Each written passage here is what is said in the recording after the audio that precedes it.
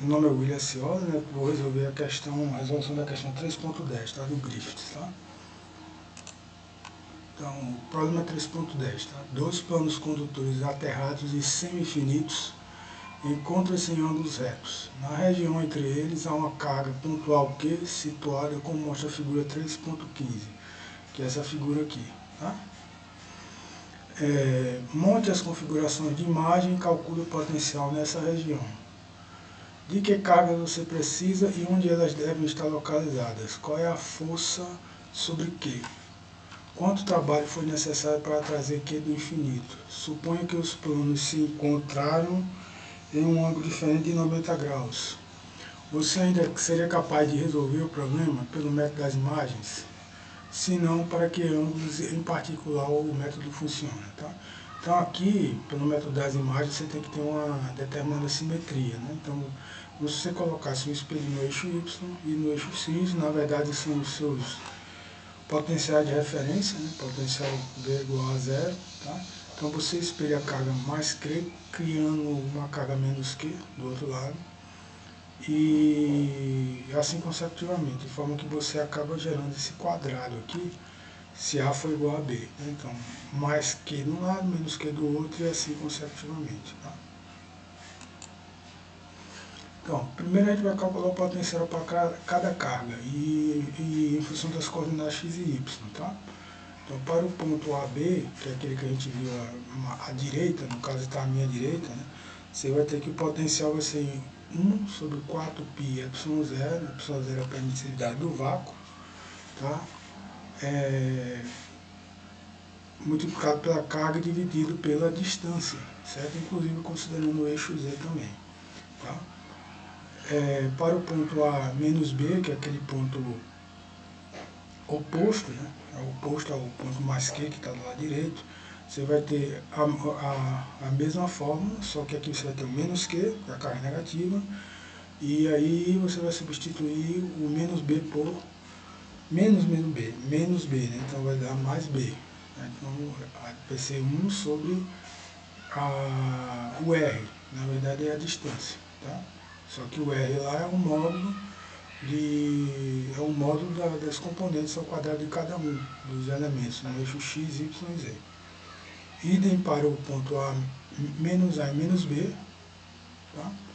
Só que aqui o ponto menos A e menos B é aquele ponto inferior, né? Aquele ponto inferior à esquerda, ele está no terceiro quadrante, tá? Então você vai ter que, o potencial vai ser exatamente mais Q e dividido pela distância, tá? Mas aí vai ficar menos A e menos B, tá? E vai ser exatamente x mais A ao quadrado, mais y mais b ao quadrado, mais e ao quadrado. E a mesma solução você pode ver para o ponto menos A e B, tá? Do potencial, tá? Então, da configuração imagem, a gente pode ver que o potencial total vai ser a soma de cada um desses potenciais, né? Eu calculei o potencial para cada uma delas, né, em relação ao ponto, x, y, z genérico, né, e agora eu vou ter que somar todos os potenciais para obter o potencial total dessa configuração de carga. E aí eu vou obter 1 sobre 4πε0 vezes a carga, e aí basta substituir cada um dos itens aí, né? Eu coloquei a carga para fora, né? E aí você vai substituir 1 sobre R, que é a distância, ao ponto onde a gente deseja calcular o potencial, né? Então a gente vai obter exatamente essa expressão aqui, tá? Que na verdade é só substituir todos os potenciais calculados para um ponto qualquer no espaço, né? Para cada uma das cargas, tá? Então assim, a força, agora a gente vai calcular a força, tá? Então a força, você vai ter uma força da carga menos Q sobre a carga Q, uma força da carga menos Q nesse eixo aqui sobre a carga Q, e outra força de Q que é exercida sobre Q, né? Sobre Q também, que é positivo, tá?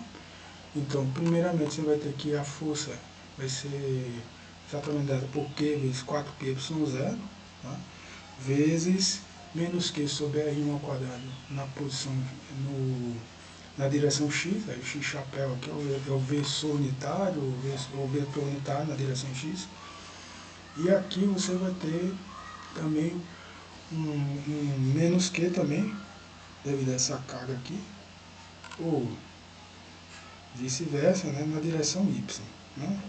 Ele vai empurrar nesse sentido aqui.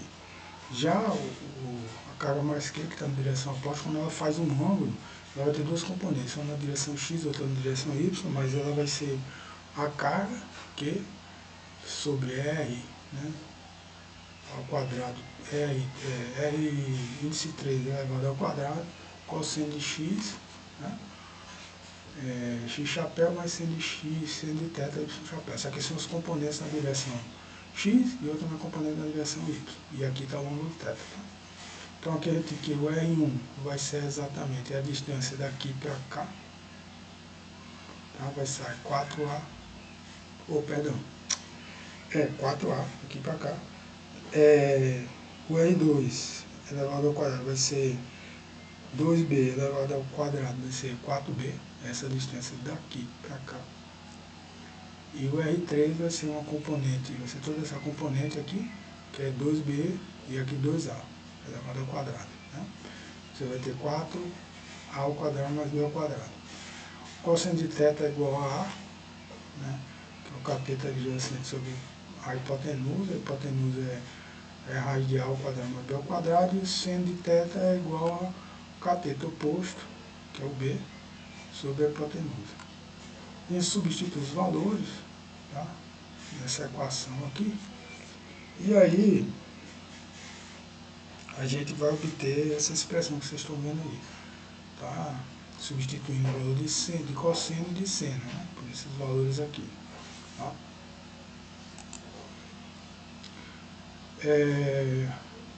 A força, na verdade, vai ser Q ao quadrado. Eu tirei todos os índices, né, tirei todos os Q's que estavam no numerador, joguei para fora, sobre 16 πε 0 ao quadrado. E aí tirei os respectivos 2 de cada um deles. Tá? Ou, perdão, 4. Né? Vamos dar uma olhadinha na anterior, só para ver. Tirei o 4. Tá? Por isso que deu 16 aqui. Que aqui é 4 πε 0. Então, simplificando e unindo os termos comuns, na verdade o que eu fiz aqui não foi simplificar, né? Eu uni os termos comuns dos versores x e y. Aí eu obtive essa fórmula aqui, que é a força, né, exercida na carga aqui. Tá? E aí x e y são os vetores unitários nas respectivas direções x e y. Tá? O trabalho, né, na verdade, é dado por 1 sobre 24 Q sobre π ε0, né, sobre Q sobre R1 mais menos Q sobre R índice 2 mais Q sobre R índice 3. R índice 3 são as distâncias, nos aspectos das distâncias a carga Q. Tá? Então, como resultado final, eu obtive que dá Q ao quadrado sobre 8π ε0, menos 1 sobre 2A, menos 1 sobre 2B, mais 1 sobre 2A ao quadrado, mais B ao quadrado. Então, o trabalho dá esse resultado aqui. Tá? Uma observação.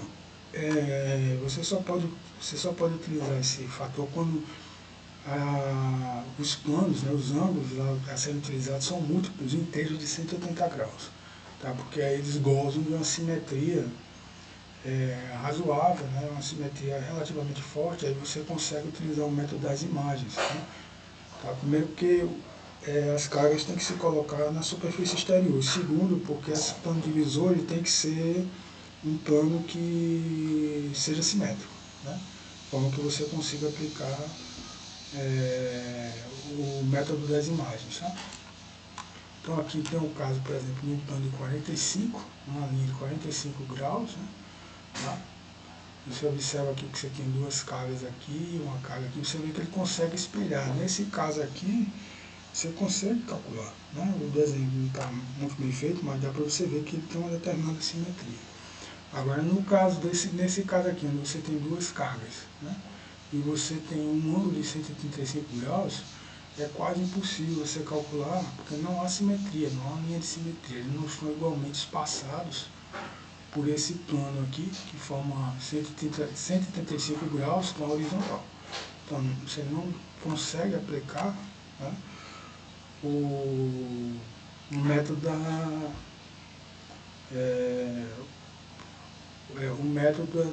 esse método de espelhamento, né? Esse método de você espelhar as cargas e obter cargas simétricas de um lado, e a partir daí você calcular tanto a força como o trabalho necessário para chegar a essa configuração. Tá? Sim, aqui está o formulário, potencial é dado 1 sobre 4π ε0 Q sobre R, que é a carga, R é a distância, tá? Em relação ao ponto que você está querendo calcular o potencial. O trabalho é dado por um meio somatório de 1 até N, de QI vezes o potencial no ponto RI. Tá? E isso aqui é até algo interessante, porque você vê que o potencial dá exatamente a quantidade de energia por unidade de carga. Então essa quantidade de energia vezes a carga vai te dar o trabalho, que é a unidade de joules por coulomb. Força eletrostática no ponto, a gente já sabe que é igual a F vezes Q sobre 4πε0. Esse Q é a carga, né, não é a carga é a carga que está gerando essa força, né? E aí tem várias cargas que vão sofrer essa força, que são os QIs, né? Dividido para RI ao quadrado. RI ao quadrado é a distância entre a carga Qzão e a carga QIzinho, né? QI índicezinho. R é um vetor unitário, versor unitário, para quem gosta desse termo, que parte sempre da carga Q para a carga QI. Né? De forma que quando ela é negativa, ela é uma força de atração, né? E quando ela é positiva, força de repulsão. Então, ou seja, duas cargas têm sinais iguais. Né? Então aqui está a bibliografia do Griffiths, tá? E eu agradeço pela oportunidade.